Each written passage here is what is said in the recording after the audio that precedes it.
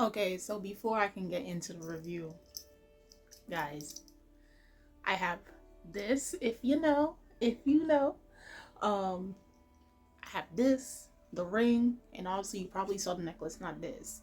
That's Yamamoto's necklace, obviously Suna's ring, Hibari, okay, I'm trying to get the others, but to no avail over the years. But I just wanted to show you guys, I'm wearing it today, okay?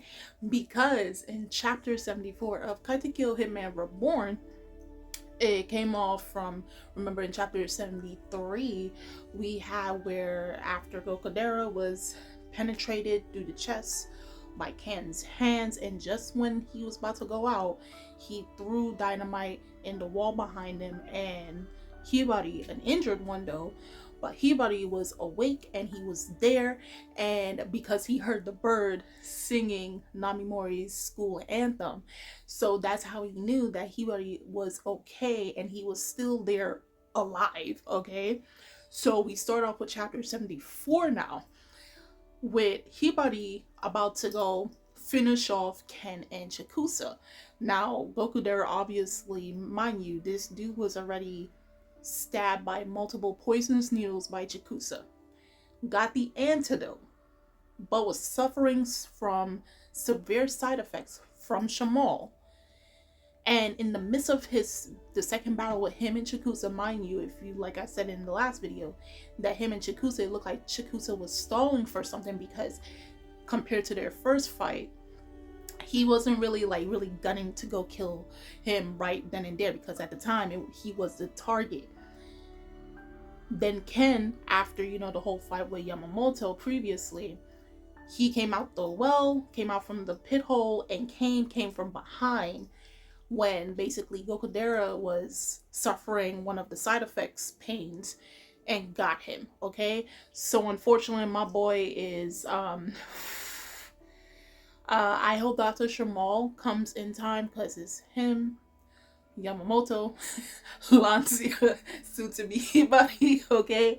And so we have where Hibari is about to face off against both Chikusa and Ken. Ken goes into his lion channel mode, and just when you think he can handle Hibari gives him a good, I think it was a left or right hook with the tonfas, knocked him out the window. This dude is down for the count, and now we're left with Chikusa.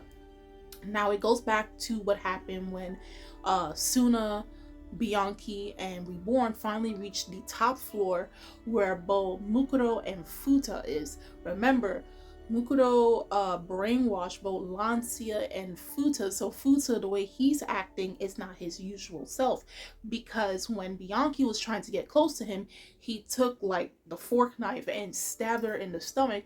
So we have where Suna is acting frantically, wondering, why are you acting like this? And we just have where Mukuro is just watching, and the whole ordeal is hilarious to him, because it's he thinks in his mind, I have you in the palm of my hands.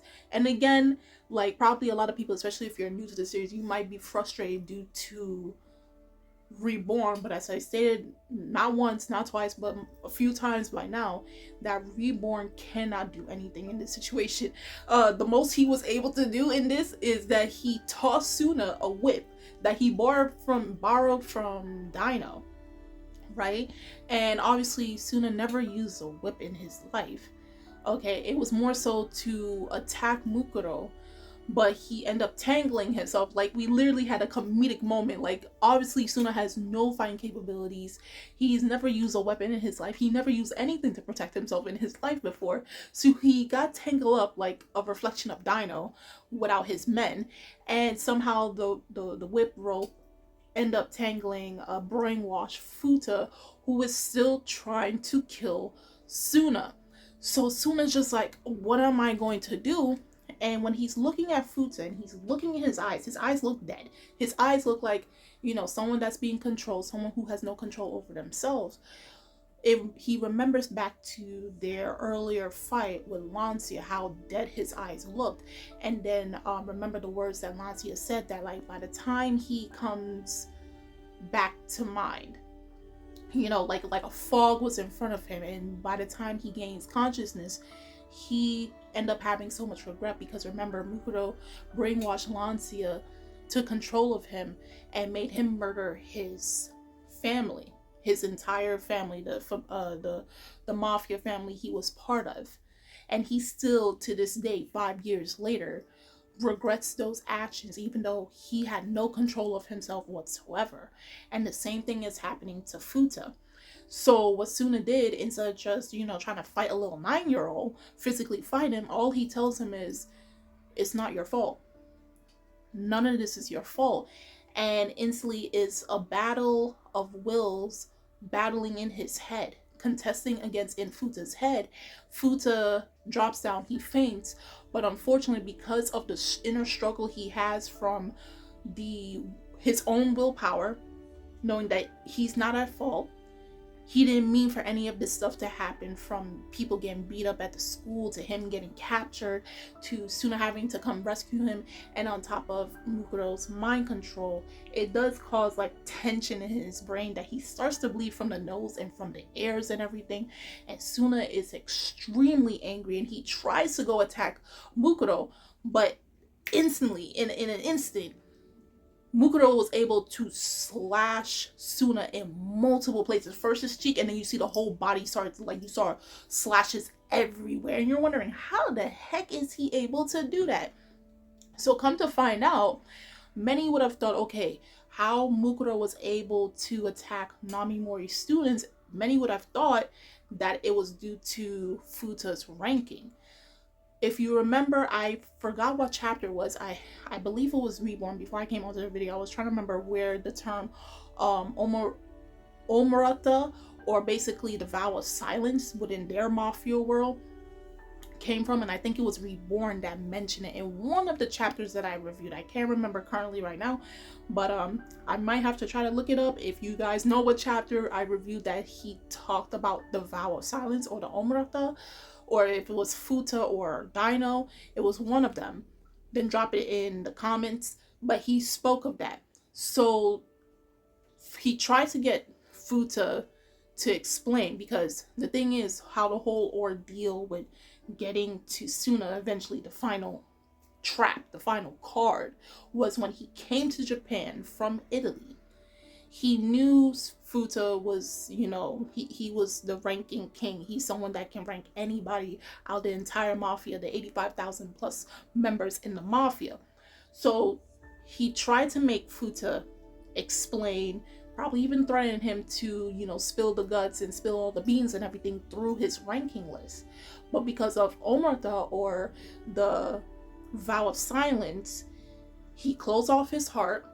And because he did that, I guess him closing him, they didn't really go into explanation. And this is probably why later in the series, the reason as to why from this arc. But I'm guessing him closing off his heart closed himself off from receiving the information from outside sources. So therefore, within this arc, Futa lost his ability to rank.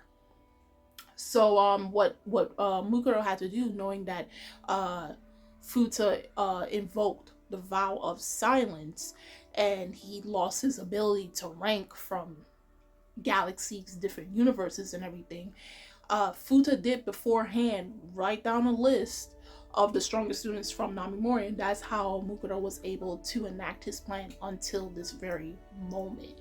So Futa did have lists written out prior, so that's how he was able to use it. So going back to him physically hurting Suna, his eyes change, and then you start seeing a flame. Of course, in the anime, I believe they showed it was like a purple flame. It is a dying will flame, and the way they described it, it means that people who are able to use the dying will flame are able to see it. Ordinary people probably aren't able to see it at all. Okay, only those who have the ability, have the will, are able to see the flame and possibly even the color.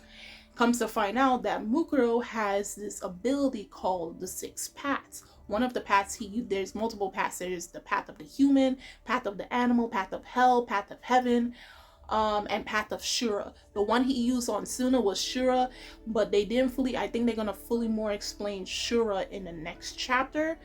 And he's basically saying that, you know, I've been through many reincarnations, I've been through hell or Hades, and I've been reborn, reincarnated, rebirthed, and now I'm able to use 6 different abilities. Okay, the one, like I said, he used on Suna was the path of Shura, and now he's like, okay, what path will you land on after you die? Because he's about to kill Suna.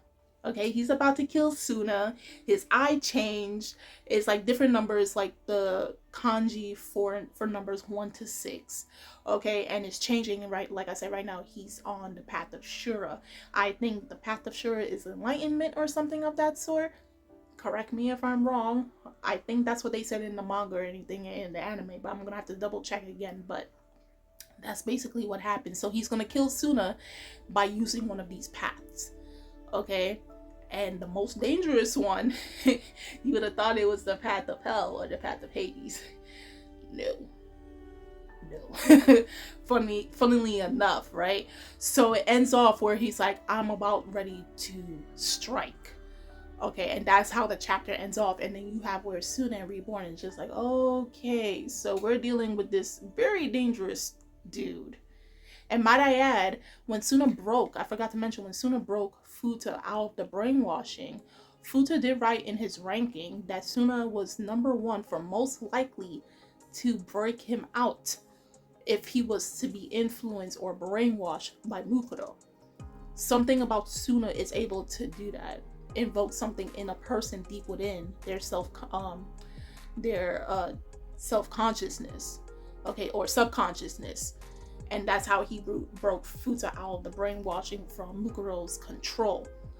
Okay, so it was something that Futa, before he lost his abilities, was able to write down and say what would happen.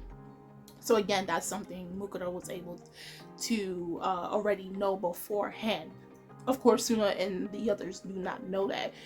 So yeah, like I said, 2-3 more chapters or something like that. Next chapter is gonna be wicked, and the next chapter after this. And man, like the 6 paths, I have to say, one of the best abilities in Katekyo definitely has to be 6 paths. And I hope you guys don't think it's, oh, the Naruto. No. It's Mukuro's ability to go through 6 different stages of life overall. Okay, and you'll get to see a few of those paths within the next few chapters, starting with Shura. So guys, do tell me in the comment section below on how you felt about chapter 74 of Katekyo Hitman Reborn. How do you feel seeing your boy Hibari back in action again despite being injured? How do you feel about, if you're new, about Mukuro? How much more do you want to know about his abilities? What does he mean that he went through how much deaths and rebirths, reincarnations to obtain this? Okay, all of that is going to be explained in the next couple of chapters. Just do tell me, if you're someone that read or watched Katekyo multiple times, how do you feel about just seeing this moment? Because this is the moment that we all been waiting for, especially for Suna's character. Everybody got their shine up until now. Now it's our boy, and it's almost there. It's almost there. The links are in the description box, so you guys go check it out. And I'm Kimmy-chan of Anime Legends, and I will see you guys later. Bye.